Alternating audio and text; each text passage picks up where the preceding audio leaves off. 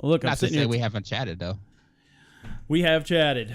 Of course, didn't turn on audio. So, welcome, big Chris Ashley from SMR Podcast, Barbecue and Tech, an occasional contributor on a daily tech news show with Tom Merritt, and even jumped on the Kilowatt Podcast.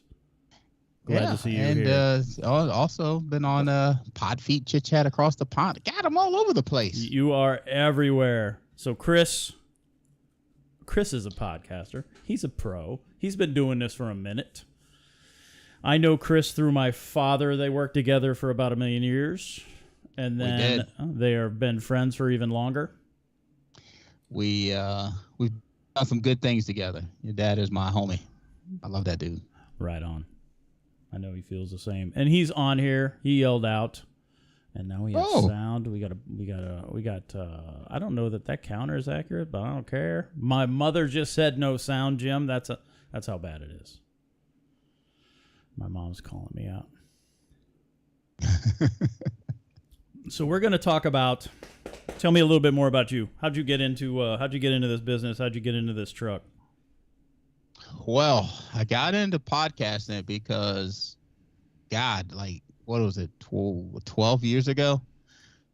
It was just kind of taking off and people were doing it. And Rod actually was like, hey, man, if people do these podcasts, man, we can definitely do one. That's your buddy Rod Simmons. Okay. That's your you went to school with Rod Simmons, right? Like back in the day, elementary school? Yeah, we elementary school. I met that dude when I was 5. So, yeah, we've been friends for a long time. And it was his idea, really. And we did our first episode. It was the worst episode of a podcast anyone has ever heard in the history of podcasting. But we kind of grew into it. And then Rob joined us for the second episode, and that was it. We kind of took off. Yep. After that, and we got lucky because our website, when we were blogging too, and it was Simple Mobile Review. Mm-hmm. Was the website, and that's what SMR stands for, Simple Mobile Review, but it's the SMR Podcast. And at the same time, that mobile company, Simple Mobile, came out. And so because so many people were complaining, they were looking for Simple Mobile's website, but they were hitting our website, and then we're just commenting on posts. And some of them were actually going, how do we get to your customer service? We're like, yeah, it's a view.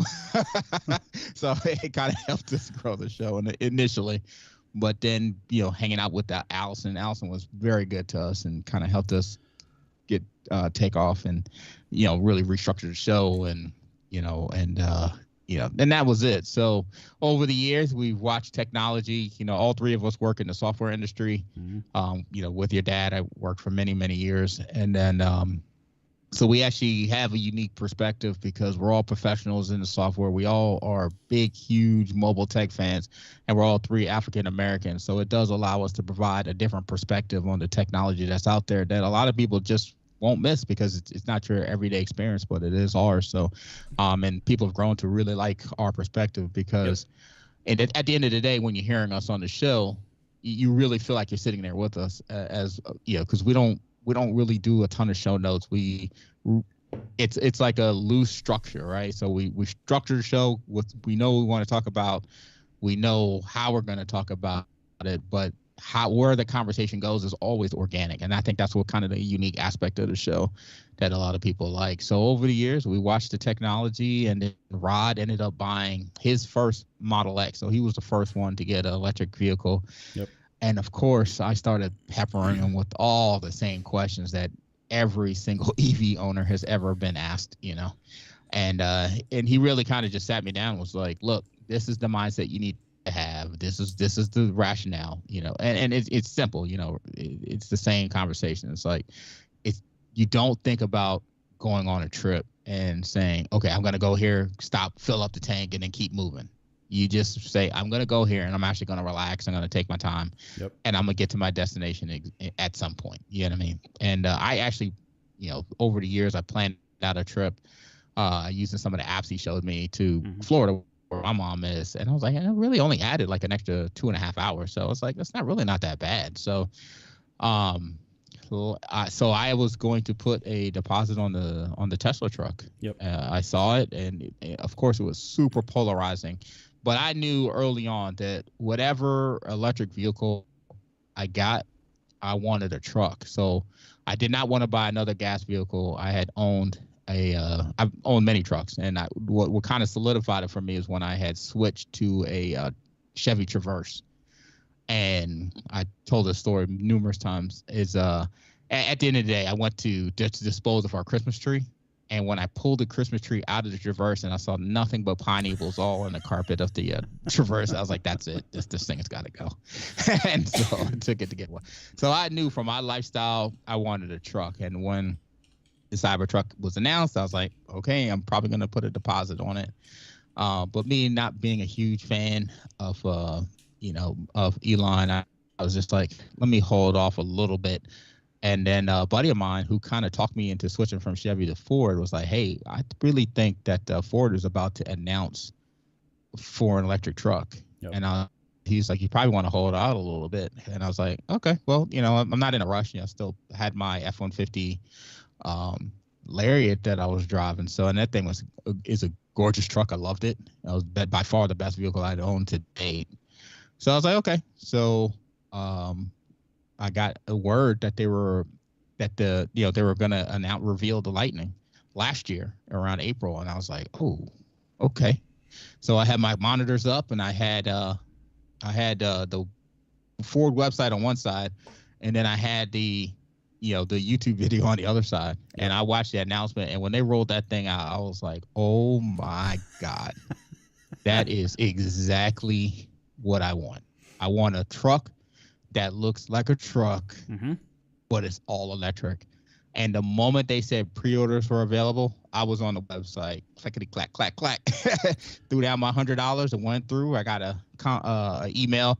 It kind of helped, I guess, that I had a Ford account already because, I had the app and everything. So it just kind of used all the same information and emailed me and said, hey, we've got your pre-order. And I was like, cool. But you never know if it's real, right? Everybody put those deposits down, Rivian or whatever. Yep. And there's delays, and you never know if it's real. So I had like a week later, I got my first email from the dealership. So the way Ford did their pre-orders was you went to Ford directly and you put in all your information, you put up your deposit. But what you did was you picked which dealership you wanted to take delivery at. So I just naturally picked the same one that I had that I bought my previous Ford from, because I really like those guys at Apple Ford here in our area in Maryland. And so I got an email from the sales rep saying, hey, I'm your sales rep for this. I saw your order. I'll be in touch. Let me know if you have any questions. And then, throughout the year, typical marketing emails, get ready, it's coming, blah, blah, blah. But then in January, it got a little bit more real because I got my first email saying, hey, we're excited. Your truck is going in. We're going in production.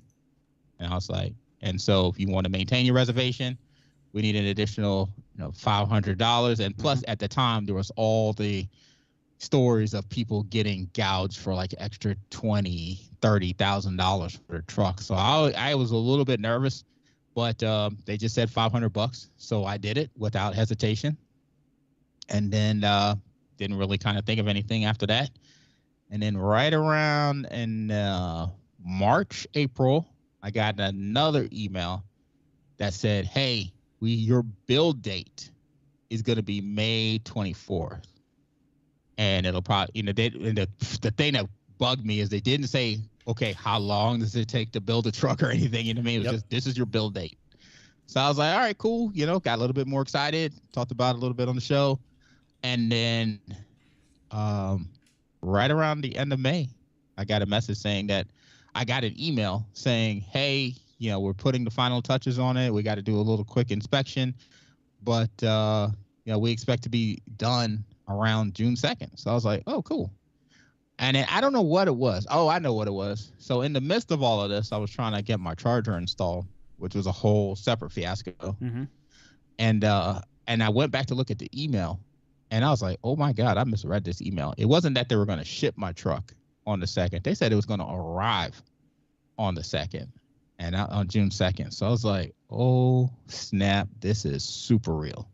So as that week started approaching, and then I was like, okay, I got to trade this truck in that I have. So I go through the same procedure. Little tip for anybody trading in the vehicle: spend the $200-$300, take your vehicle, go get it detailed. And I don't mean like at your local car wash. Find the detailer in your area that does the super job, with the toothpicks and all of that stuff, and go to him. It's worth you'll get all of that money back and then some.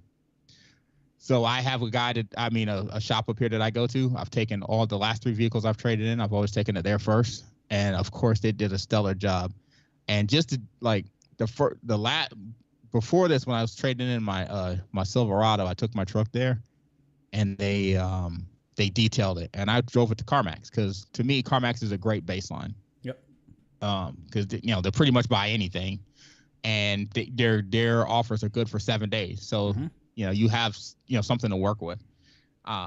Whether you go with CarMax or you go with the dealership, there's advantages and disadvantages for that. But I took my Silverado to CarMax, and when I looked out the window while I was sitting inside, every single appraiser was at my truck, walking around the truck, because it was so immaculate. Like, they were like, where did you get this truck done at? Because we want to start sending our vehicles there. That's how good a job these guys did. And then they offered me an exorbitant amount of money, almost $6,000 more than I was expecting. Yep. And so that was 6 years ago. So this time around, I was like, if I get an additional $6,000 over what KBB says I'll get, I'll be extremely happy. Well, I ended up with almost $15,000 more than I was expecting. Now, part of that is the market, but part of that was the truck was immaculate. So that's what I'm telling people: go get your car detailed before you trade it in. So I had a baseline, and then so what happened was, I was on DTNS, Daily Tech News Show. And these guys are super professional podcasts. We're a bunch of clowns that that do a podcast. Those guys are super professional, and they actually went and I was on their prep call, and Tom, the host, asked me a question, and I couldn't answer the question because I got an email that said, "Hey, your truck is here. When do you want to pick it up?" And everything went blank for me. I was just like, can I back out of this podcast right now? Can I, would he accept that? Wait a minute, I got to go pick up my truck. It's getting detailed right now. I still got to go get it appraised. I was like, I was just running every scenario through my head. And he was like, Chris, are you okay? I was like, dude, I'm so sorry. I just got to email my truck is in. And they went nuts, because everybody, that in our circle, they knew I was waiting for this truck to come in. So he thought I was going to leave, but I was like, I can't do that. I would, I love that guy so much. I wouldn't just roll out on him like that, even though he would totally understand and be acceptance of it. He would. I was like, I can't do that. And B, I really wanted to make sure I put my ducks in a row. So I said, no, I'm not going to do that. I told the guys I'll be there tomorrow. And then I went and picked up my truck, took it over to CarMax. This was after the show. Got an awesome appraisal, like I said. And then I rolled up to the dealership the next day. And then, so when I was mentioning the advantage and disadvantage, so CarMax may offer you more money for your trade-in, but your dealership, depending on what state you're in, can offer, usually if you trade your vehicle in to the same dealership you're buying a new vehicle from, you usually can get a break, not only in your tags, because you can just transfer your tags, but you actually get a tax break for that too. So what they did was they basically they didn't give me the same offer, but they made it so that the offer they gave me plus the tax break was about $500 more than I would have got straight up. Yep. You know what I mean? So I was like, deal. I don't have to go back anywhere. I don't have to transfer the tags. I don't have to do anything. You know what I mean? So that worked out well for me. I'm happy. You know what I mean? I won that in that situation. So I was good. And then that day, I rolled home in one of the rarest trucks on the road right now. Do you know where you were in the queue? So funny, I don't know, but I know this. I know a couple of facts. One, I was the first truck that dealership ever sold. Okay. And two, a week later they had their second one.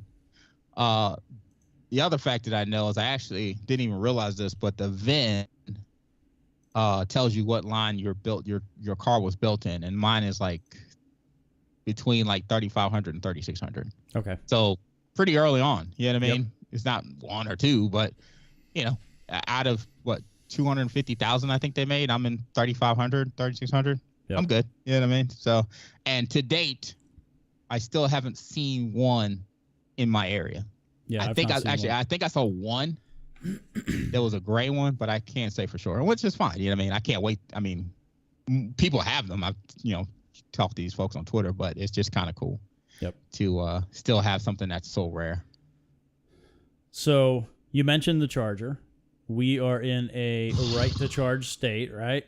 And yes. You are in a townhouse without a garage. Yep. Yes.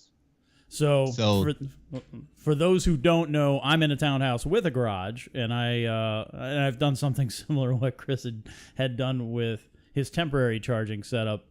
I ran a wire from my dryer plug because I got a gas dryer. So I ran it from the electrical from my dryer, poked a hole in my wall, ran it into my garage, and hooked up my Tesla charger there. So, I could back my car into the driveway, makes it pretty easy, and I can plug in right there.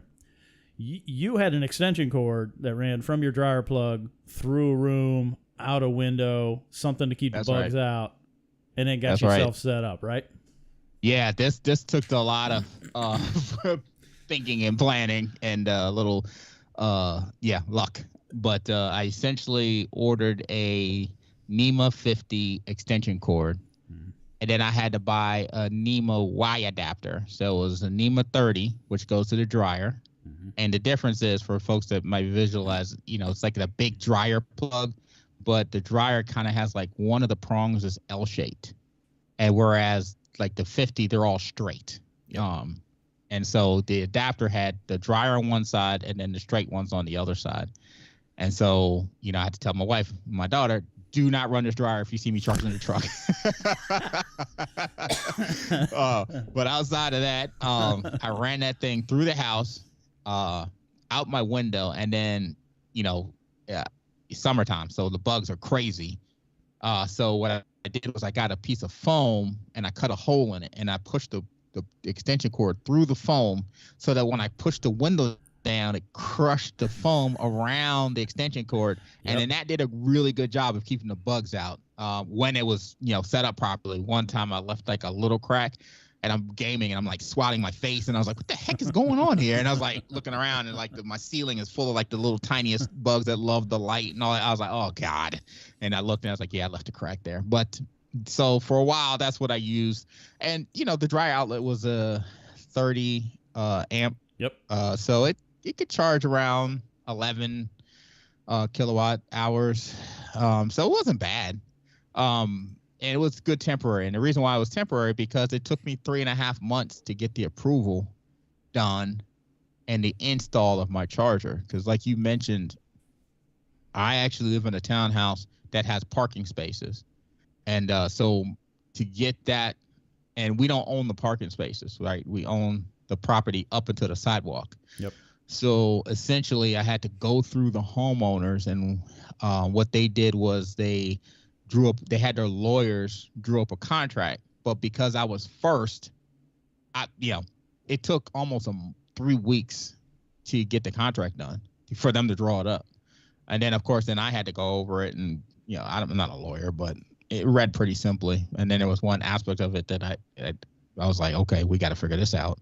But, that took 3 weeks. And then the initial conversation and then the initial board meeting where they're like, yeah, you got to submit the paperwork. So the change request paperwork and then so I had to do that. I had to work with the install company for them to write up exactly what they were going to do, which was essentially pop a hole through my front wall, push out well, before it was a 9-gauge wire, but ended up with a 6-gauge, trench 17 feet to the sidewalk, bore a hole under the sidewalk, and then pop up into the driveway. Now, could I have had them just install out on the outside of my house?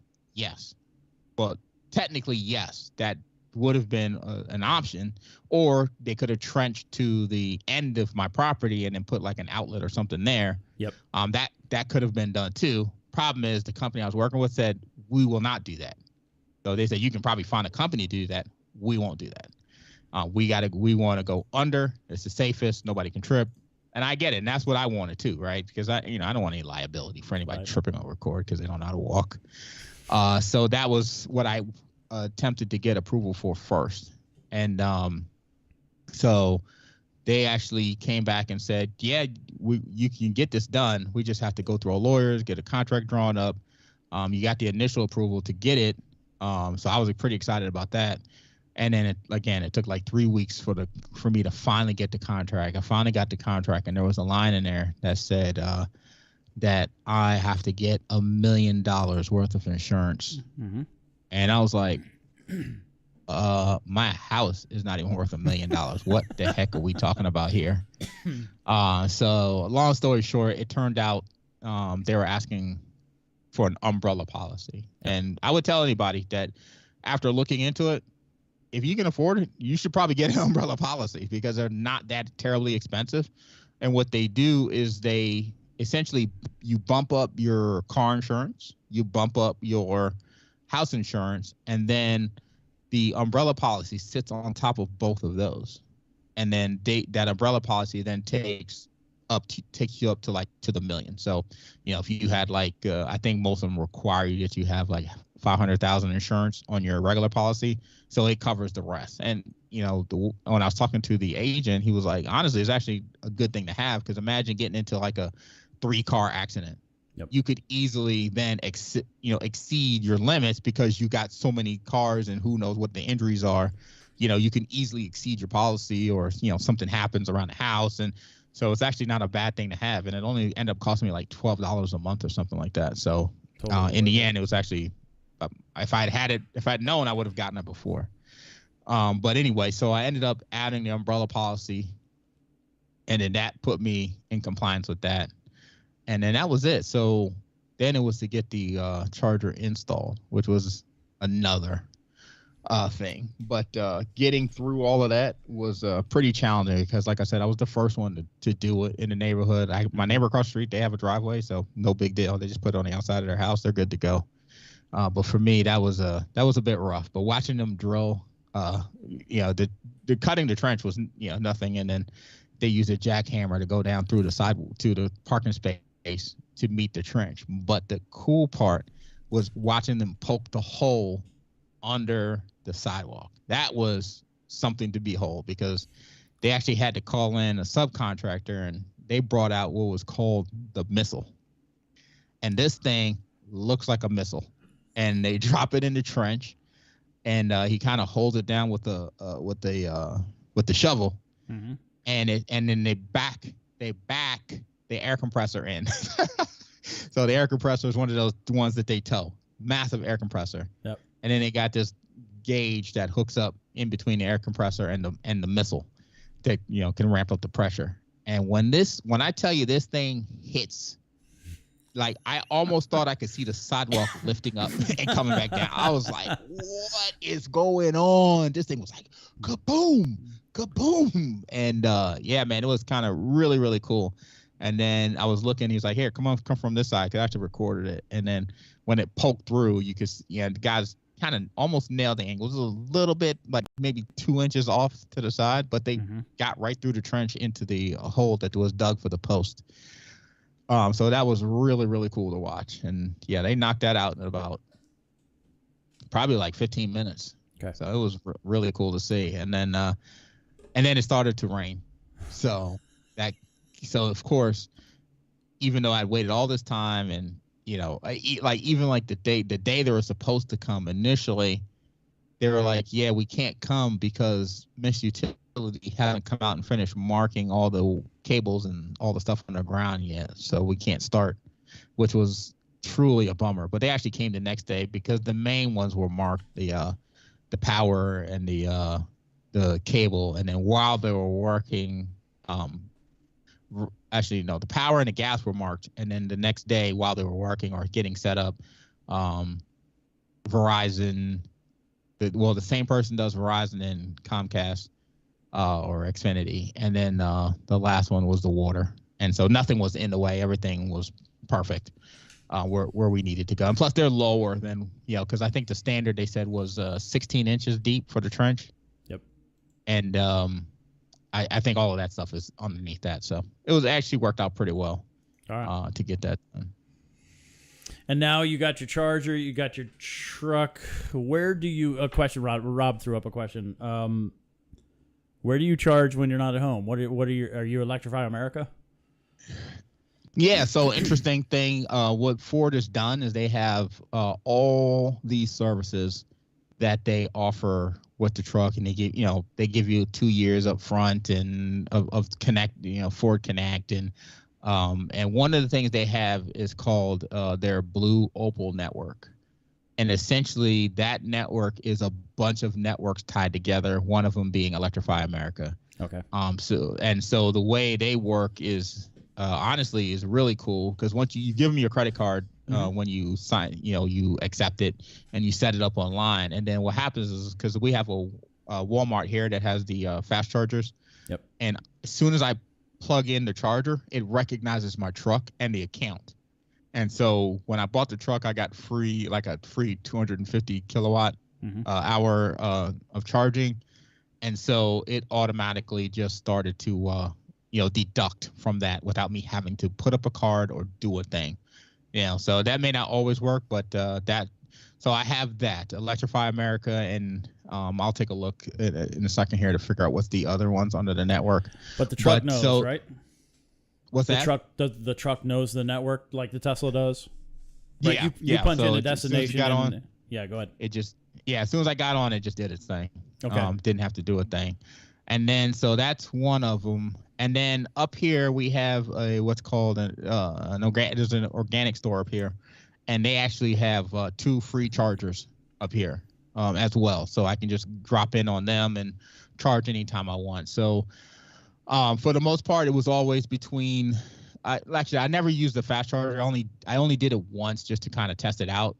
But obviously, I'm learning that using the fast chargers are a bit harsher on the battery, so it's not necessarily something you want to use constantly. So I don't. And then the other the mom charger is a lot slower. It's a level 2 charger, and so that was fine using that. And honestly, one of the features in the Ford is the ability in the Lightning is the ability for the center console to fold forward, so you can put a laptop or something on it. So okay. I definitely went up there, plugged in, did a couple meetings. I had a couple back-to-back meetings, so I said, yeah, why not? Went to the mom store, grabbed a protein bar. There's a Starbucks right there. Grabbed a coffee and just did a couple meetings while I was charging. No, that's cool. Which was really cool. So, yeah. So the biggest thing for me, like I've had my Tesla almost 4 years, and I think Rod's Model X may have been the first Tesla I was in and rode around the parking lot. Impressive car, but I've had mine almost 4 years.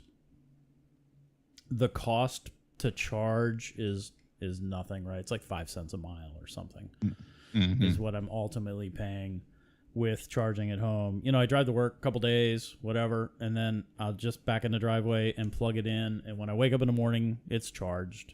It's full, right? So it's like having for ICE drivers, it's like having a gas station at your house, and you just wake up in the morning. Exactly right.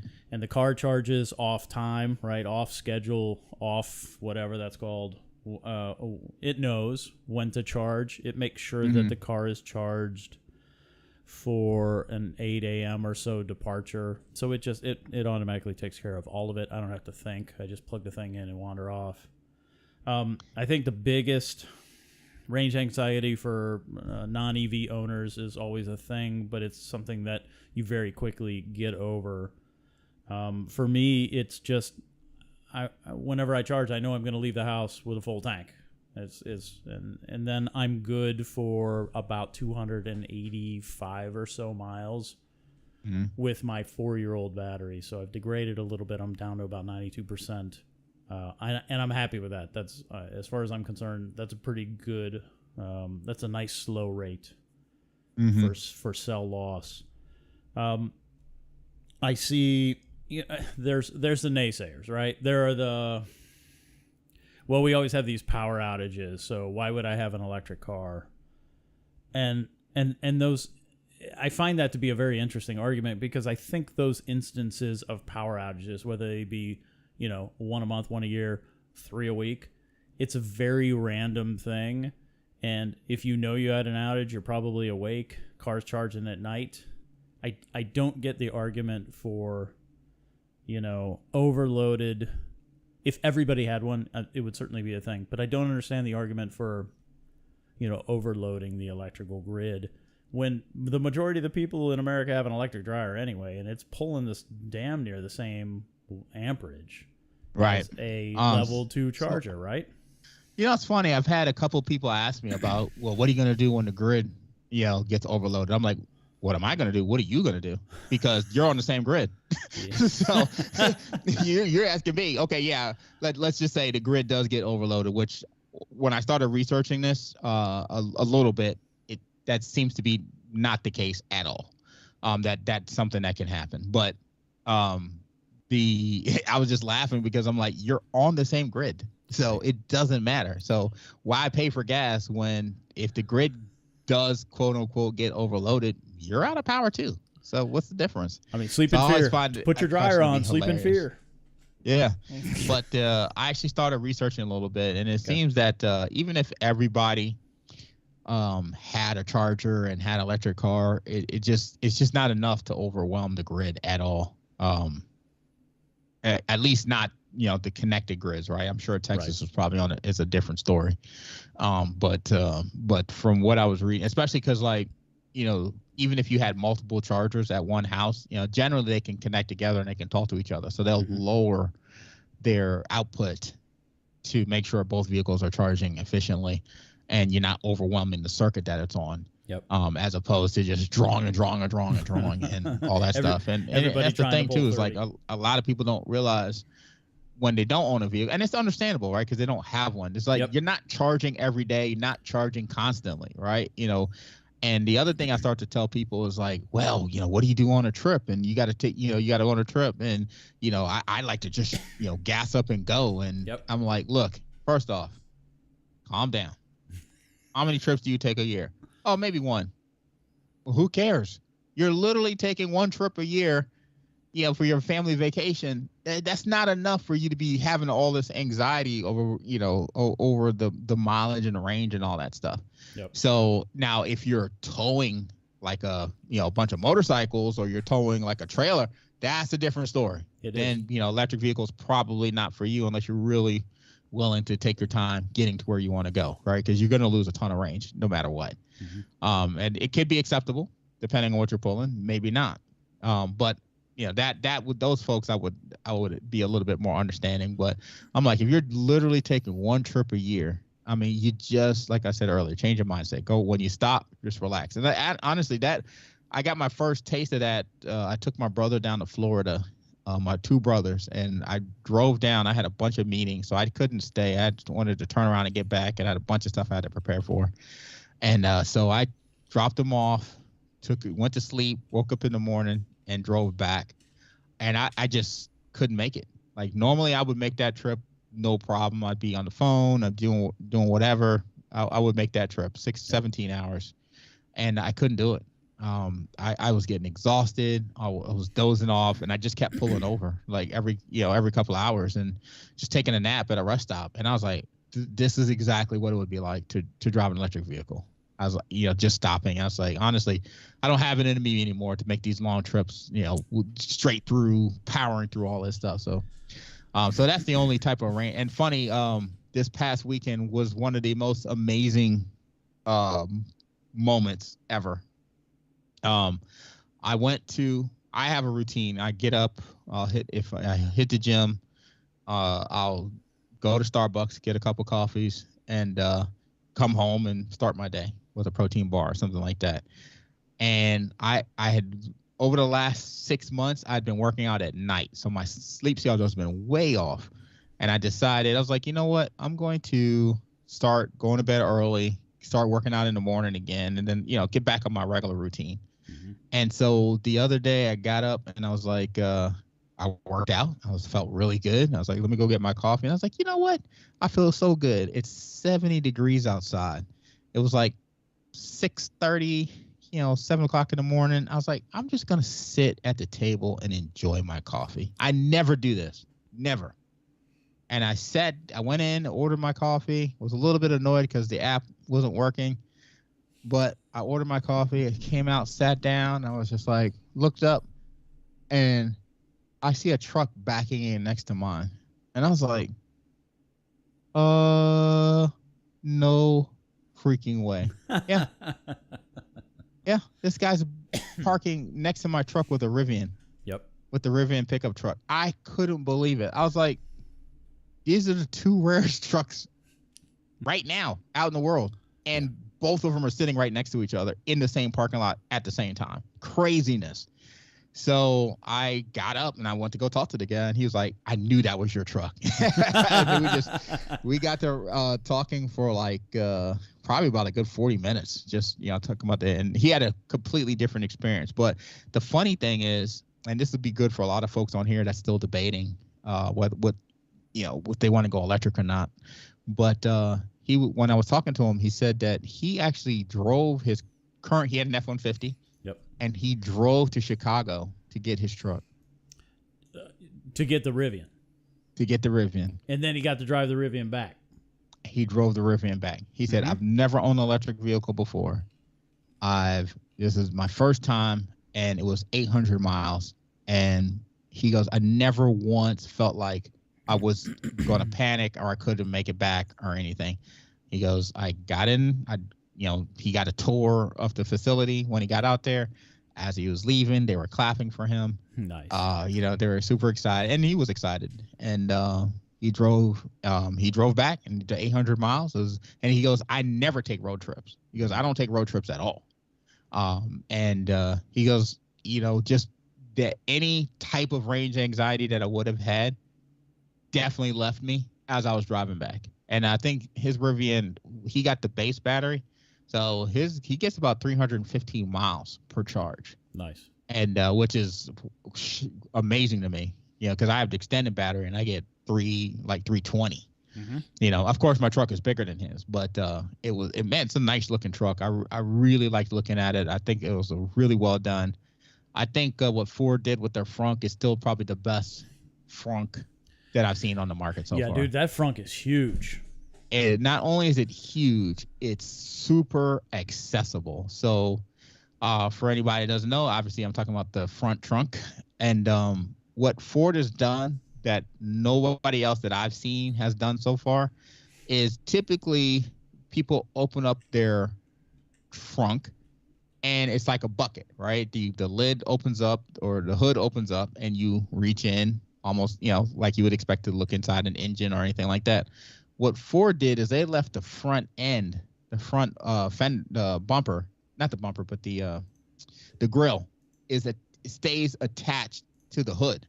So that part actually lifts up when the front opens up as well. So I don't have to reach over anything to get into it, right? I can go straight in, and it's so much more accessible. So, if I'm tying my shoe or if I'm loading it, it's a piece of cake to use. And, it's not that big a deal, depending on the height of your vehicle. But to me, it's just the best design out there so far as I can. So it's just little things that Ford did with the Lightning that I find super impressive, that they really kind of thought it through. Because it would be a lot more difficult to access if the front grille was there as well. It is pretty low. I just pulled up a picture while you were talking. Yeah. And that's a ton of space. Like you got a cooler sitting there. I can't do that. The size of whatever. You've seen rods. I'm sure you know how big the frunk is on a Model 3. The truck. I actually can fit in there. And I'm no little dude by any sense of imagination, and I can fit inside of it. So if that tells anybody anything. So I got a couple questions real quick. Does your app allow routing, or do you do that from within the truck? Great question. So a couple of things. The truck definitely has routing software. The maps on the truck not only give you directions to where you want to go. Of course, it calculates the charge of the vehicle as well as stations you may need to charge at along the way. However, because Rod, my co-host and good friend, had 2 Teslas, I'm in a different space where he's been prepping me for an electric vehicle for years. So, I installed PlugShare. I installed, I was already going to join the charge network. But instead, because it came with my Ford as part of the plan, I didn't bother joining it individually, but I did join ChargePoint. So between PlugShare and using the routing that has and telling you where to charge, and then have a charge point. So, and the one thing that the Ford does not do, which is a huge advantage that PlugShare has, is the community aspect of it. So and probably, maybe not everybody here has heard of PlugShare. Do you use PlugShare? Yeah, I have it. Yeah. So if, PlugShare is just another routing app, but think of it as a charging routing app that's very similar to Waze. So how Waze tells you there's an accident here, you might want to avoid it, or there's a radar or whatever. With PlugShare, what they do is they tell you, hey, there's a charge station here, but 2 of the chargers aren't working. Yep. Right. And and so I'm planning a trip to the beach, and one of the things I've been looking at is the chargers in the vicinity of where I'm staying, and then I'm watching one of them because we were down. You know what I mean? So I want to know that if I'm not going to charge there, I'll charge somewhere else. But I just want to know, what I'm going to have to do. Now, this trip is going to be my longest trip, but it's not terribly far. Even when I arrive, I should still have well over 100 miles of range left. So even if I had to go somewhere for a little while and just fully charge up and then, park the truck for the rest of the weekend, we're only going for a weekend. Yep. I'm not worried about it. But right across the street from where we're staying is one of the area chargers. So being able to do that stuff. So I do have it built into the truck, but I'm probably going to more lean. I'll probably run both at the same time just to see, compare accuracy and information and use case and all that stuff. But I'll probably more lean on PlugShare. And I'm hoping that because CarPlay is so integrated into the truck, I would love for them to go ahead and just add those kind of features and capabilities once they upgrade CarPlay and it's more taking over the dashboard stuff. So my dad and I went to Florida. This was smack dab in the middle of COVID. So it was January of 21. And we took the Tesla.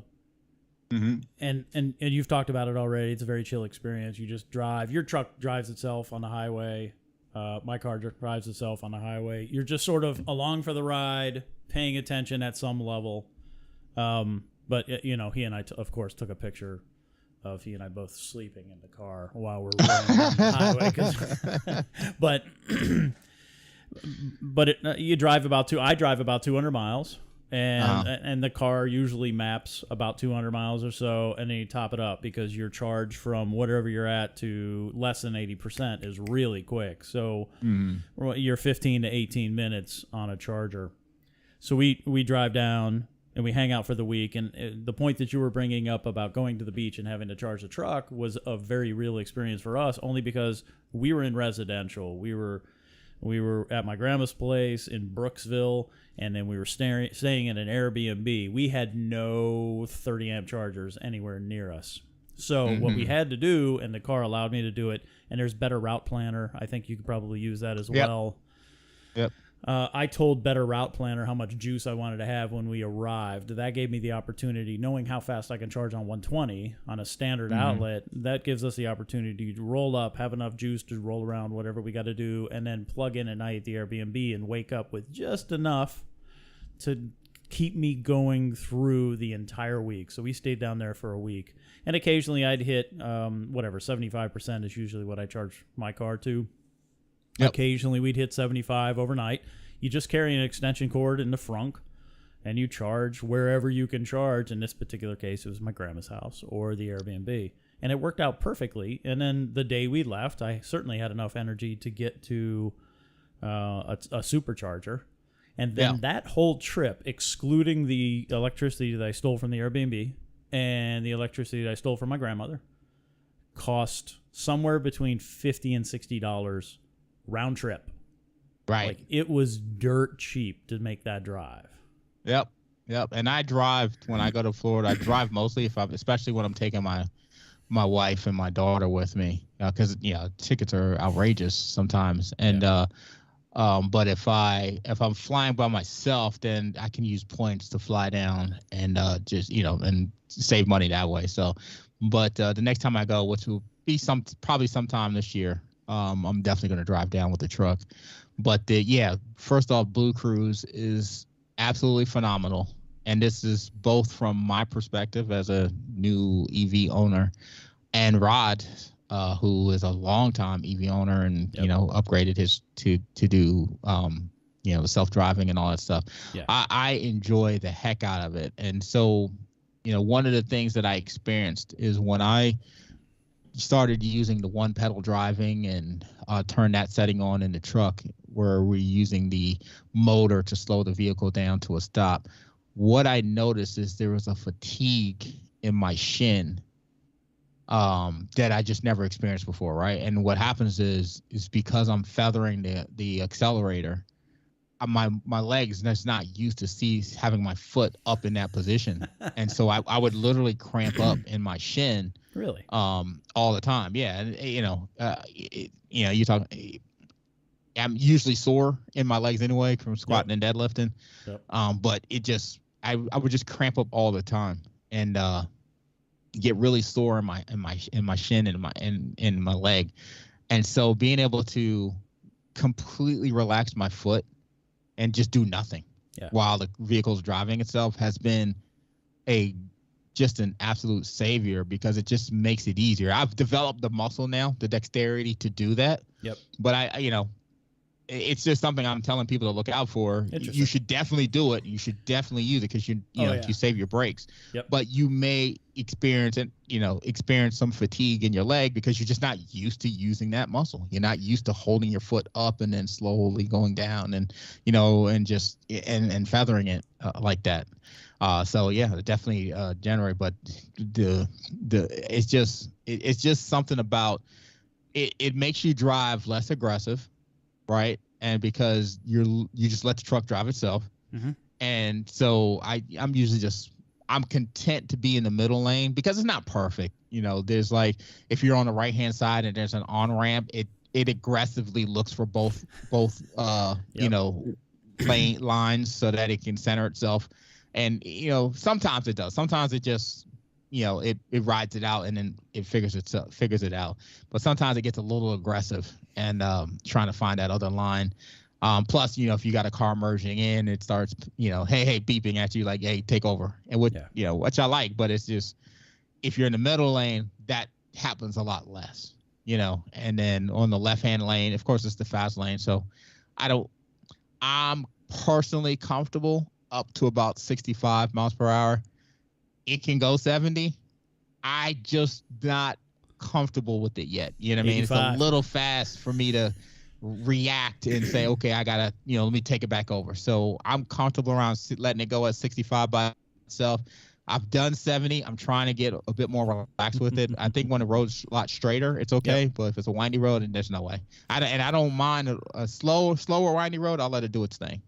But at 70, I'm just not comfortable with it yet. And I'll get there, but it's just not where I'm at. But Rod has driven it and let it drive itself. And I think the trip that we took was probably a good 30 miles down the road, and he only had to touch the steering wheel twice, to assist. So it's really, really good. So I'm looking forward to leveraging it on a trip and charge them. But that's one of the reasons I kept my extension cord. It was super expensive for 25 Oh yeah, feet, that was a lot of copper, dude. Those things aren't cheap. Yeah, yeah. And B, if when I go on a trip, you never know. Maybe I got to go find a NEMA plug at like some type of RV location or something. You know what I mean? Totally. So I can just throw that in, an outlet and just charge off of that, because it did come with the truck did come with its own mobile charger, as you would expect, and it came with double outlets, right? Mm-hmm. So you just pull out the actual plug at the end of it, and you swap it out. So you can either do regular 120, or you can put it in and do the 220 outlet on there. And then I still have this charge point charger I need to do something with, because I wasn't sure I was going to get the Ford charger in time, so I bought another charger. I might talk you out of that because that's a standard 30 amp, right? The J. This actually goes up to 80 as well. Okay. So I think I might take it to my mom's. I got you. And then just leave it there. But I'm not getting rid of it. I just got to figure out what exactly. But the cool thing about it is they actually came with the 220 outlet. Yeah. So I could use this instead of using my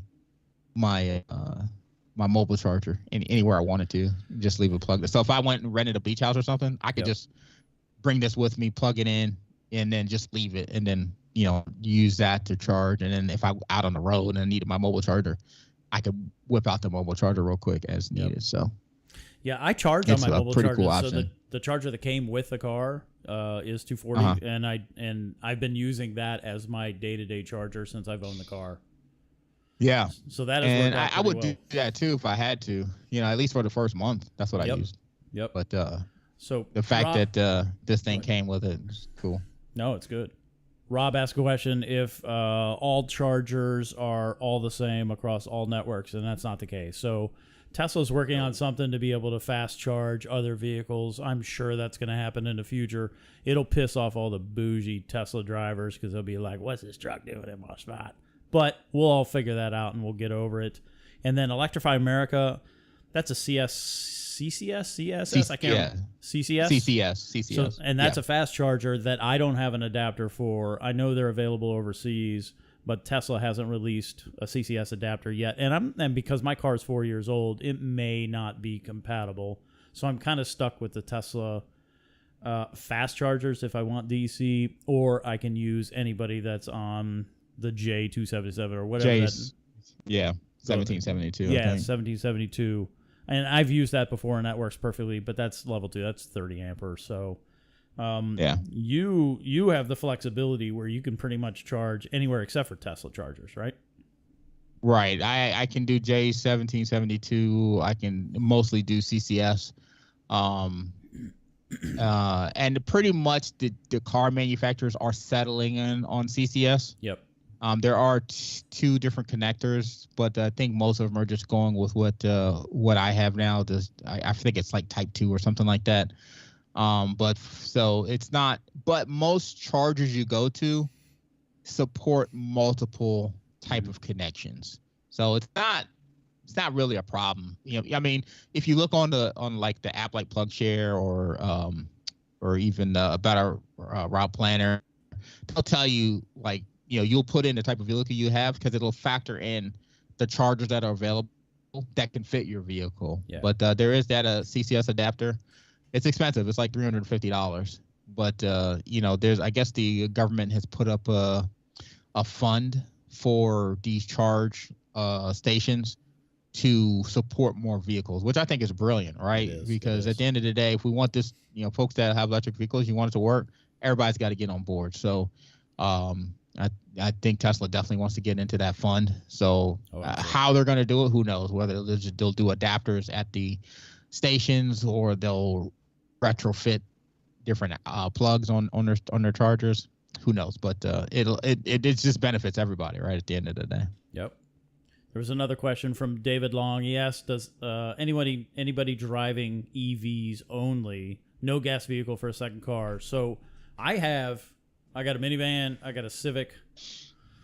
I got a Porsche, I got a BMW, and I got a motorhome. And I am totally itching to get rid of at least 3 of those. Not the motorhome, I'm gonna keep that thing forever. But I would love to be able to get rid of 2 or 3 of the other cars and get into a Hyundai. Because right now I'm all about that Ioniq 5. The Ioniq 6 that thing was is gorgeous. just, yeah, the Ioniq 5 is nice. That'll replace the minivan Gorgeous. just fine. I would like to see it within all-wheel drive trim have a little more range. It's about 250 miles with all-wheel drive. With rear-wheel drive only, it's over 300. I'd like to see a car start with more than 300 miles because after 4 years or so, you're going to dip below. So that's kind of my line. That's why I haven't made that move yet. I don't know what the 2023 Ioniq 5 is going to do, but I was driving next one today. I was like, that's a damn good-looking little crossover. Yeah, a couple of them I've seen. I've like gorgeous looking car. So for me, this is my first EV, so I'm not there yet, but that is my ultimate goal. In fact, I was planning on getting my my wife initially the Mustang Mach-E first, but I knew that this truck was going to be super rare and hard to get. So she was like, just get it. You've been waiting for this for years, so just get that. My car is fine. So that is my ultimate goal. In fact, when I installed the charger, I have 2 spaces, and I actually had the charger installed in the middle of both spaces so that I can charge either vehicle. Rod, even though he has 2 Teslas, those are his main vehicles. In fact, they go to South Carolina almost once a month. Either one, his wife or him, and they always take the Teslas. They don't take the gas vehicles. They do have a van that they still own that is gas, and he mostly uses that for transporting wood or stuff like that. Yep.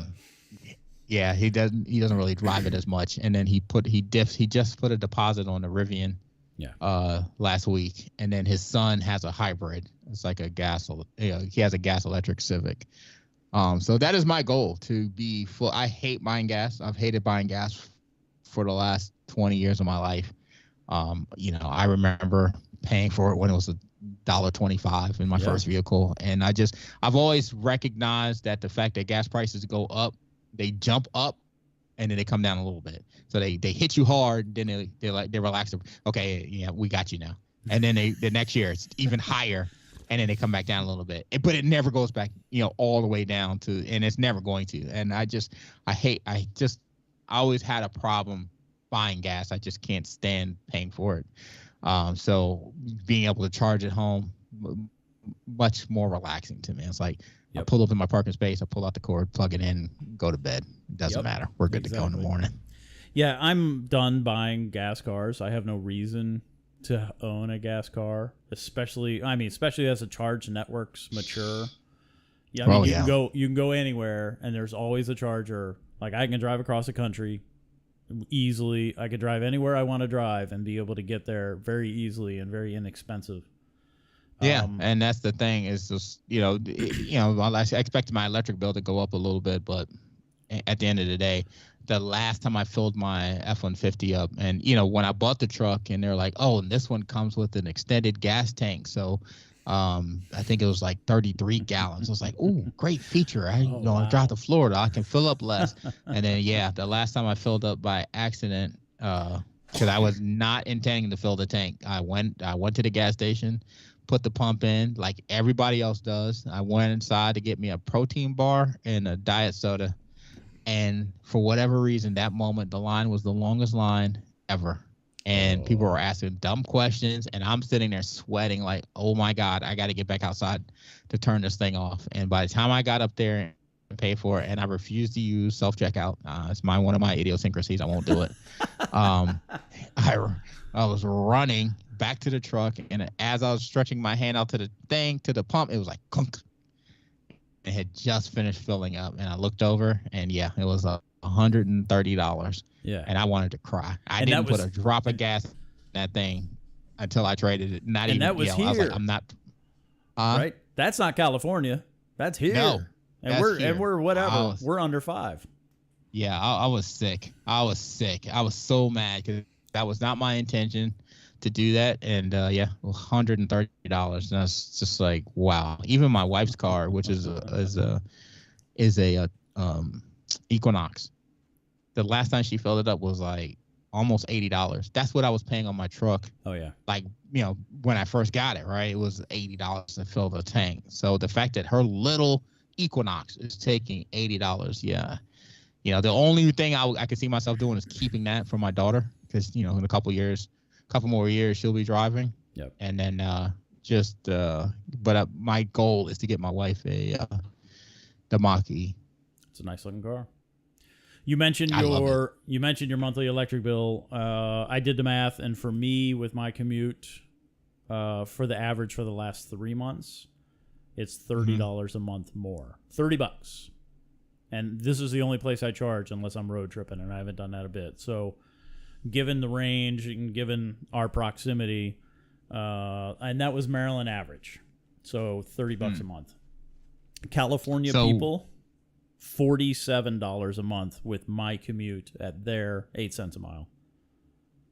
So, wow. I mean, California brings that up. I've had California people mention it. I was like, it's going to be like $100 for me. No, $47.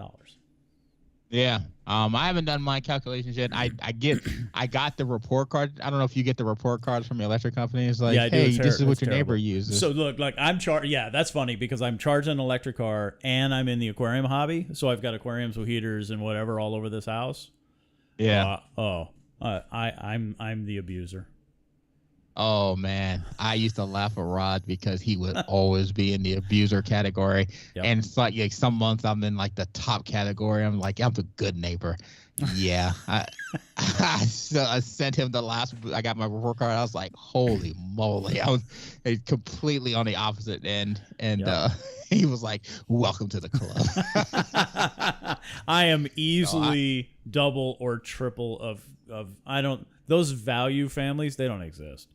That house doesn't. They ain't no house in this neighborhood doing that. They don't have kids. Yeah, I'm 100% sure. They don't like electricity. Kids, no hobbies, no nothing. I'm woodworking. I got my saws in the back, and all of that jazz with my podcast equipment. I got the lights going and everything. Even though most of this stuff is LED. So, but I'm convinced that those houses don't exist. They're just using it as a way to tease. But I got at some point I'll take a look at the two bills and just kind of see what the differences are. But I don't anticipate anything crazy. It's gonna be hard because I have done like a lot of I remodeled the gym a little bit to do some more to expand the woodworking section and stuff. So it's gonna be kind of hard to. I guess I can look over last year to see. But apparently in our area, I asked Rod, what's our peak hour charging time? He said we don't have one. Yeah. So our electric use is the same. Our costs are the same no matter what time of day it is. Okay. So because I do have those settings on the Ford to say, I want to leave at 7 o'clock. So cool the vehicle, so that I can walk up. It's fully charged and off or whatever. I have these in there. But I guess I don't have to use it because we don't have a peak time to charge. See, I was thinking about like UK users. Tomorrow's supposed to be the hottest day in UK history. Also thinking about those in California. I lived in California for 15 years, and I get it. They would tell you, control your air. They put the little boxes on your air conditioner to make it more efficient or whatever during the day because they don't want everybody dragging down. Apparently, the challenges with the California grid may or may not be real. I don't know, but it seems to be a thing. So charging at night makes total sense to me. If you can whatever. If you can run your dryer during the day, you can charge your car at night. It is that simple. Yeah, and that's another thing for people that's looking into getting a vehicle. So the Ford Charger does support all the way up to 80 amps. Nice. That's good. I was looking into it, and I asked Rod. The cost went up significantly. Like the initial install was like $2,700, and then you were talking to almost $4,000 by the time I got up to like the 80, and it's just for the price of copper. Really, it wasn't. It's not. They're doing anything different, but just pulling a different gauge wire through. And so, I asked Rod what I should get, and he was like, "Listen, I got 2 Teslas that I charge. You'll be perfectly fine at the lower end, and I ended up kind of splitting it a little bit because, I was they ended up putting in a 6-gauge wire because they didn't have any more 9-gauge. So when they ran the 6-gauge wire, it allowed me to go up to a 50 amp breaker. Yep. But of course, you can only use 80% of that. You can't use the full thing. So that allows me to charge at 40 amps. Okay. With the 6-gauge. So that then gives me like 23 miles per hour charge. Yep. Which is, to me, pretty awesome, and I have the cool thing is because they trenched it and they put in the conduit, right? At any time, if I want to, I can upgrade it, right? I can just go buy the wire. I can buy I guess it's a 3-gauge wire and upgrade to like a 60 amp or, all the way up to the 80 amp if I want to. And so if I decide, one of the things I'm considering is to move because I'm probably going to end up having my mom stay with me. Okay. And if I decide to stay, then I'll definitely upgrade the wire because I will take advantage of the ability for the Ford truck to power the house. Oh, yeah. For sure. I'll totally. do that, which I think is a really cool feature. That is a super cool feature. Hyundai's talking about it a little bit. They give you an outlet you can plug into your car, but they're not talking about powering a house. I like what Ford's doing, right? Ford's speaking to people, especially like Texas, right? Texas when they had the challenges or whatever. How awesome would that have been that your Ford truck is powering your house? Yep. In a crazy outage like that. So, so I'll go all out. Like I'll look at like getting like the Tesla battery and a couple of solar panels. But I like the idea of having that whole home battery. I don't know if that's something you looked into yet. It is. It's something I'm doing already with the fish tank, and I did it myself. So I put 400 watts up on the roof. Ran that to an automatic transfer switch, solar charge controller. That's powering several lithium iron phosphate batteries. So what I do is I run, the fish tank's using some juice, and I run the fish tank off solar. Well, it's actually off battery, but solar's recharging the battery during the day. And then at night, it switches over to grid power, and then the batteries act like a UPS. And it's been running for almost 2 years. This November it'll be 2 years, and that's been working great. That's awesome. I'm all about home batteries, and I think the more, and it's inevitable, and my dad and I have talked about this, but the more we get solar, all of us get solar, and then the houses can become grid tied. So then the houses in a neighborhood all of a sudden become your electrical service provider. So all houses tied together, you're splitting whatever costs across all of those houses, however that works out with the math, and abusers like me. And then everybody's got batteries on their house, and at some point you can get to the point where you don't need a solar grid provider. So the woes, the doom and gloom that's mentioned about that's grid, right? That's gone. When I was researching it, one of the things they mentioned is like the more of these things start coming into play and they start back powering the grid and stuff, you're going to have more energy out there than what we have. Yeah. And again, with the efficiency of being able to, run multiple chargers at the same time and pick up on it, it's just not a thing that people have to worry about. I think it's more, put out there by entities that are adverse to electric vehicles taking off, right? So and change, right? And change in general. People, whatever, they resist that change, or that change scares them, and that's just because they haven't done it. Once you do it, you're like, oh, this is silly. Because I get that question a lot, right? I get that question more than I thought I would, right? Obviously, the number one question is how far can you go? Yeah. But I've a few times people are like, "What are you gonna do when the grid goes?" It's like, like what? Get out of here! I was like, "You look at this beautiful truck, and you're asking me about the darn grid? Forget the grid. Look at my awesome truck." Mad Max is coming. It's gonna happen. Mad Max is coming. Right. So yeah, but I definitely want to explore the battery, the whole home battery stuff down the road. But first, I think would just be adding the ability for the truck to power the house, and that requires a lot more equipment. Then I guess there's like another couple of thousand I got to spend on at the box itself. More than I have the charger. The charger I have can do it. The truck can do it, but I guess there's some equipment that has to be installed at the box that that needs to be done. Yeah, you'll have to, you know, because your grid tie at that point. So there's some safety stuff. It's a lot like solar and backfeeding, and there's certainly some rules associated with that. Yeah.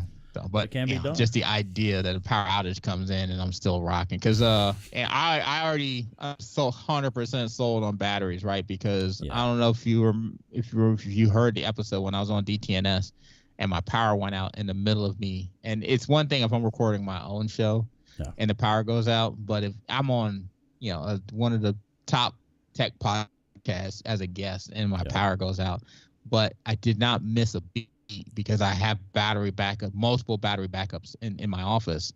And, the only thing that I lost was my monitor, because I don't have obviously I don't have the monitor running on the battery backup.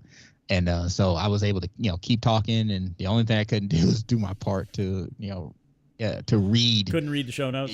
Information. I couldn't read the show notes, but, Tom being a professional that he was like, oh, well, he picked up right where it was and had enough power to finish recording the episode, and was like, wow, I just was like, I'm completely sold on this concept. Yeah, it's awesome. The more batteries, the more better, as far as I'm concerned. I mean, I have them all over the house. I build my own packs at times. I'll buy packs from. Oh yeah, I mean, it's easy. It's just whatever. I'm an electrician from the Air Force. They learned a couple things, so it gives me something to do. It's just another hobby. I like so what too many. So what do you think about? Apparently, I was reading that they're looking at new metals for the batteries so that they can, I guess, discharge or discharge a lot longer. Yeah. Charge and discharge a lot longer than what they're doing today. What do you think about that? I think they have to, right? I mean, battery technology is going to improve exponentially over the next 10 years. I'm convinced of it, because the focus is moving away from gas cars, and we're all going to want better batteries in our car. And the range thing is still a thing for people, right? Like, they ask you, how far can you go? And for me, it's like, I mean, how far you need to go? Because I can go as far as I need to go, because the chargers are there and there and there and there. But people are going to want lighter cars with longer range. So that technology is going to improve. And we keep digging in the ground. Lithium is going to be a thing. We don't have lithium reserves like what we would. I mean, we have to go overseas for that. So that's something we need to consider. And then, as far as I'm concerned, we're just going to keep improving. We have improved from, whatever those old batteries were that didn't last. And we went to alkaline, and then we went to lithium themselves, and now we're moving into different formulations of lithium. I'm playing with lithium iron phosphate because it won't burn down my house. So is Tesla. I mean, they're making lithium iron phosphate cars overseas. I think it'll just keep getting better. I think that's the one I saw, was they were starting to use more iron because that's more readily available. You start throwing more money into batteries, right? You take that fund and you throw it into battery development, and poof, things change, right? Grid woes are gone. House power is always available. Your cars are rolling 300, 400, 500 miles. Yeah, I'm so looking forward to that and see. I love that's the thing I love about technology, is seeing the exponential growth of it, and the exponential improvement of it, and just even watching the differences in the electric vehicles, right? Because my battery is 131 kilowatt hours, which is almost double the size of what Rod has. Yep. You know what I mean? So it's just like, but when you look at the truck, it you just can't tell. It's so funny when I'm driving down the highway and people look at the truck and they're like, "Oh, nice truck." You can just see it in their face. They just look over, and then they do the double take because they're like, "Wait a minute." You know what I mean? They're like, it's just, and even like I was in the parking lot the other day. I was at Starbucks, my other Starbucks, and I was trying to, be nice. I was letting the guy walk. He had a Starbucks in his hand. I was waving him, go ahead, go across. And he was like, no, you come across. And I was like, no, go ahead. Really, you can go. He was like, no. And I wound the window down. I was like, go ahead, man. He was like, no, I want to see the truck. See, that's cool. I like that people are interested. I mean, I think Tesla needs the Ford Lightning. I think they need the Rivian. I think if they came out with, I mean, besides everybody's going to be throwing something at the windows because that's just stupid, but that's going to happen. I think Tesla needs normal trucks out there just to get society used to having bigger vehicles that happen to be EVs.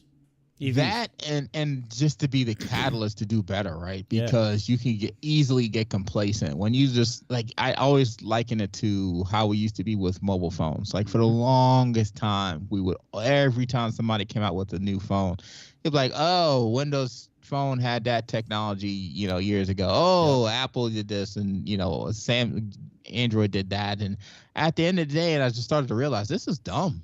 We should be championing that other people grab these features because A, they help legitimize the feature, but B, they may put a twist on it that makes it better. Now the next company has to make it better, and then the next company has to make it better, and we win in the end when these guys are fighting to make things better as opposed to getting complacent and leaving things the same. So, when I see stuff like, I'm so happy that Rivian came out. You know what I mean? Even though I didn't really follow them like that, Rod was on them from the start. Yeah. But I'm happy that they made it out nonetheless. I'm happy that, from what I saw, another polarizing, not as polarizing as the Tesla truck, the Cybertruck, but definitely, not your typical truck look. Yeah. But I loved what I saw. You know what I mean? I like the headlights on it, around the headlights. I like how it's more squared off. I'm not a huge fan of what Chevy's putting out. They're very, very, very rounded. I'm not a big fan of that. But the Hummer, the electric Hummer, looks great. I haven't seen one yet. You've seen one? I haven't seen it in person. Just it looks from good the in pictures I saw, it looks pretty cool. It looks good. Whoever wants to jump in that market, I'm cool. I love what Hyundai's doing with the Ioniq 5, the 6, the 7's coming, the N74, which is their performance. It's a hydrogen cell hybrid electric thing, which looks pretty amazing. Then they have the race version, the Ioniq 6. I'm really psyched for what Hyundai's doing because I think it's going to, like you said, it's going to push. It's going to keep pushing people to do better and better and better. Tesla, those are big shoes. So if you want to play in that space, you need to come out with a car that's legit, right? Your truck starts, the base price is $40K, and then it goes up from there. Is that right? Yeah. So that's an awesome price. But that's more like the fleet. I don't want to trick anybody thinking like they're going to go find a truck for like 40. That's like the fleet price. Yep. It's like super basic, low, regular battery, stuff like that. I think the average person would probably be in that like 50, 60 range. Yeah. At the low end, and then with the Lariat package, yeah. So be sure to get your car detailed before you go because you're going to need that extra. Yes. That once you start in that Lariat range and then extended battery, that's a rough one. It is a big pretty. Definitely trading in made it a lot easier pill to swallow, but it was definitely a lot of money. So but I think I wouldn't have changed it. The fact that the dealership was like, I'll give you $10,000 over what you paid for it if you bring it back, it was like, no, we're not going to do that. But the fact that they were willing to do that, it shows how, that Ford is onto something here, and I think they've done a great job.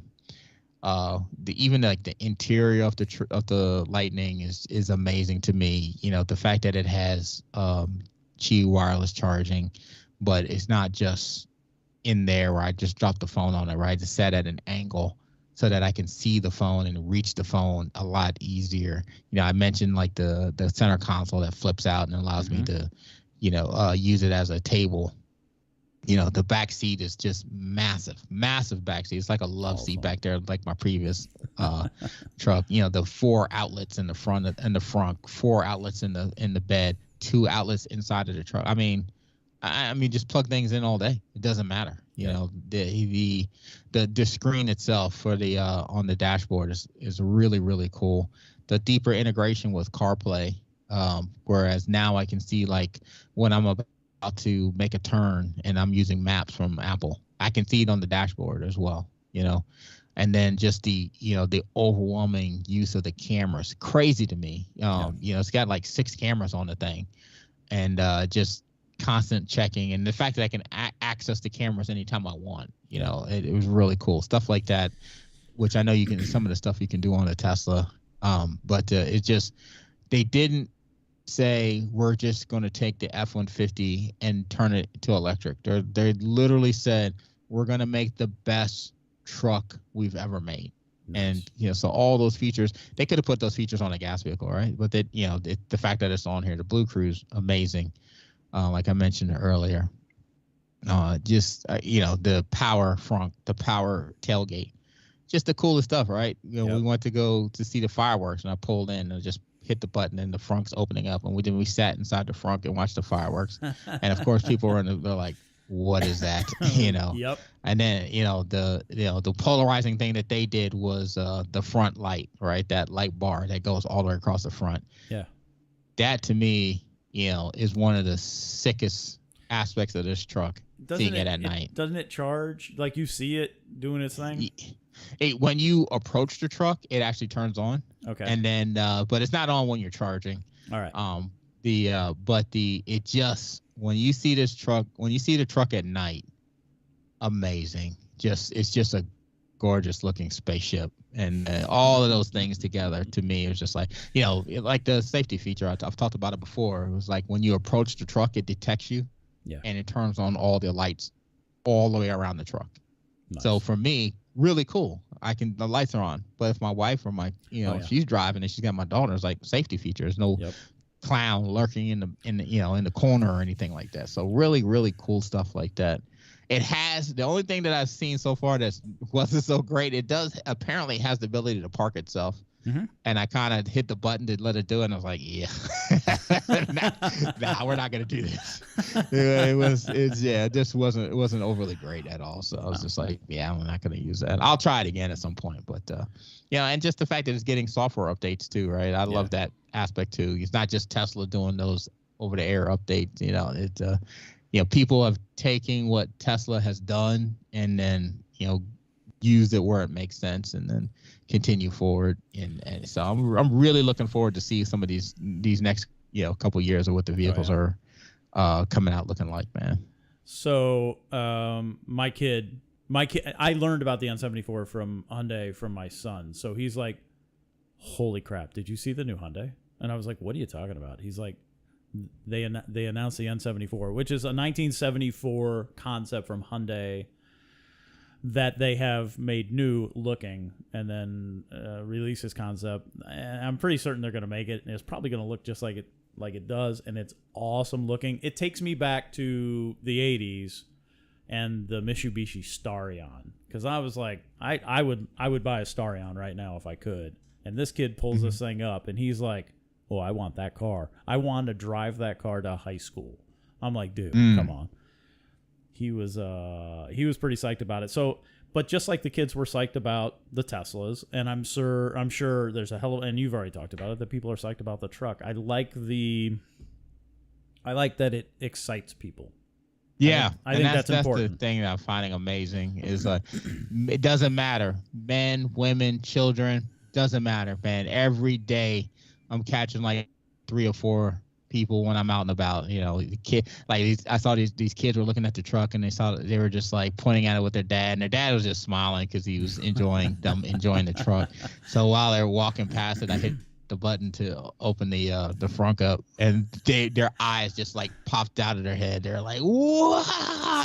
Fun. So doing like little stuff like that. But then I was one of the times I was at the mom store, and you see this. So it's funny because they have the parking space where the chargers are. So you usually see like the little Hyundais or the whatever smaller cars, Teslas are there sometimes charging, and then they see this big F-150 parked there. So I'm sure the initial thought is like, oh, this jerk knows that this spot is for electric vehicle, and he's parking his big truck, and then they see me get out and actually plug it in. And then so the lady walked out and she stopped. She was like, that my husband wants one of those trucks. And you could genuinely see that she was excited that it existed, but she was like, she could see how she was sad for her husband because like they traded the truck in because I guess he drives down to DC every day. Yeah. And they just couldn't, they said the gas prices were killing him. Yeah. So you could see that she was like, this is what he wanted, but it just wasn't out when they needed to do the trade in and all that stuff. So it was just funny to see that connection. You could see in her head that she was making the connection, like, damn, he really would love that truck, to have something like that. So it's just so cool to see the interactions and people, and that's what we need, right? If we want this to continue to grow and go forward. So yeah, always, all the time. There was one last question. I want to get to that, and we're certainly an hour and a half, so we'll jump. And you mentioned it already. How much free charging did you get with the truck? Oh, funny thing. So I got 250 kilowatt hours, but. Right.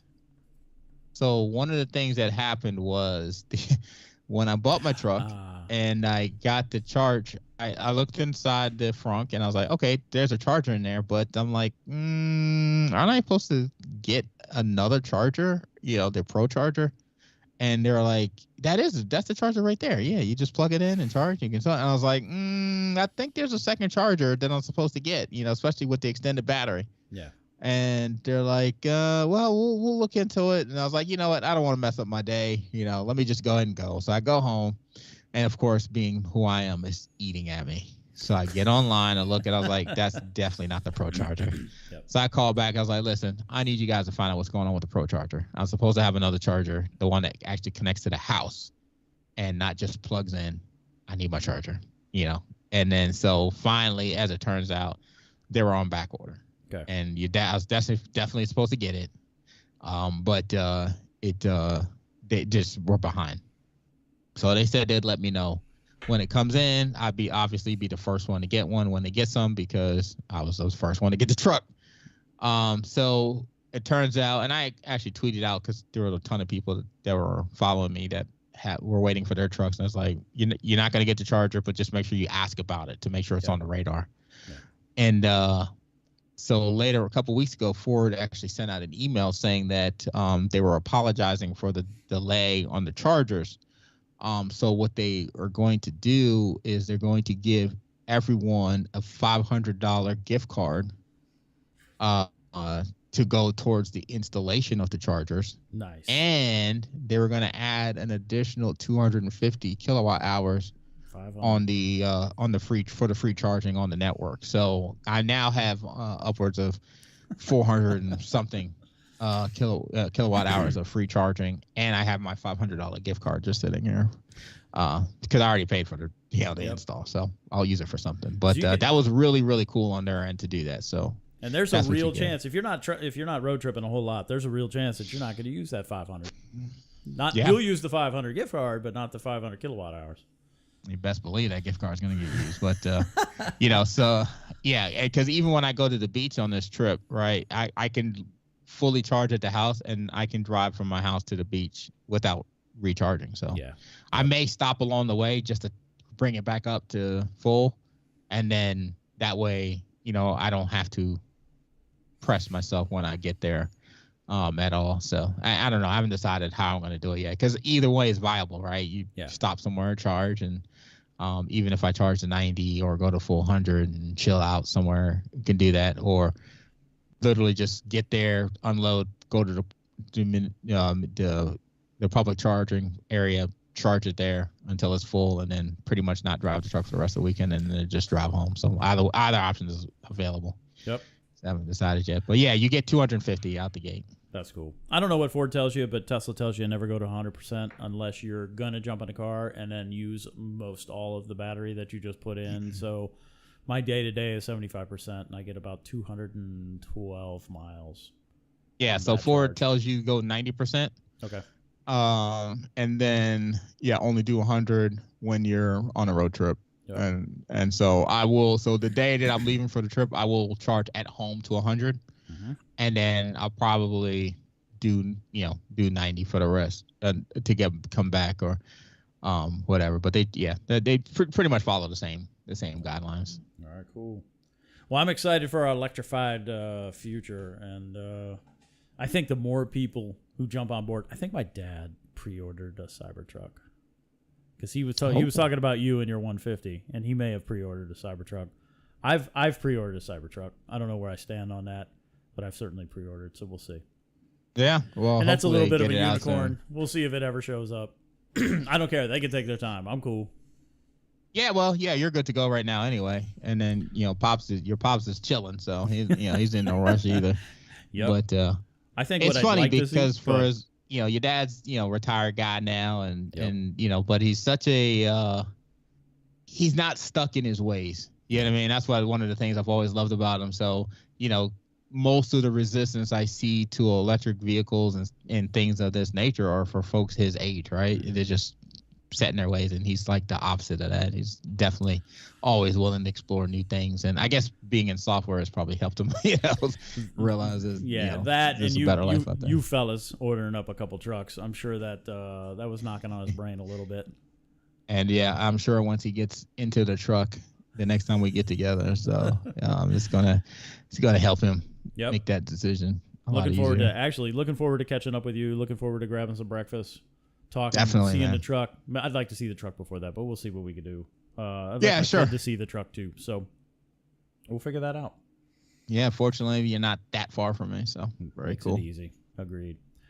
All right, Chris, I think we're going to jump. I very much appreciate you being on, talking about your experience. You've been interviewed by a whole bunch of people, and well, certainly some big names, and I'm excited to see what talks you do in the future about this thing. You're in a really cool position to be able to do that. We got some really cool things that potentially could be happening, so I'm looking forward to that stuff. But no matter who I talk to, my family is always, on the list to definitely hang out with. So don't you ever worry about that. I appreciate it, sir. All right. My brother, man. Hey, y'all, Yes, thanks sir. for come check us out over at the SMR podcast, man. We're a fun little podcast. And if you're into barbecue, we got a nice show called Barbecue and Tech where me and my buddy just talk about, smoking food and the technology we use to smoke that food and make it better. So 2 really cool podcasts if you're looking for something new to check out, man. I appreciate that. Yeah, Barbecue and Tech makes me hungry all the time. And then I like the perspective of SMR podcast. I've learned a lot.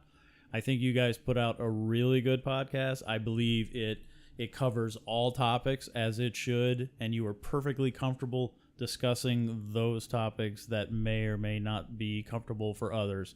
So I appreciate what you do for everybody. Thank you, man. We appreciate that. Yeah, dude. Live our truth. You do. Agreed. All right, y'all. Thank you for hanging out. Have a good, I always say happy reefing and be kind, everyone. So I'll say happy EV driving and be kind, y'all. Thanks. All right. Take care. Thank you. Let me end.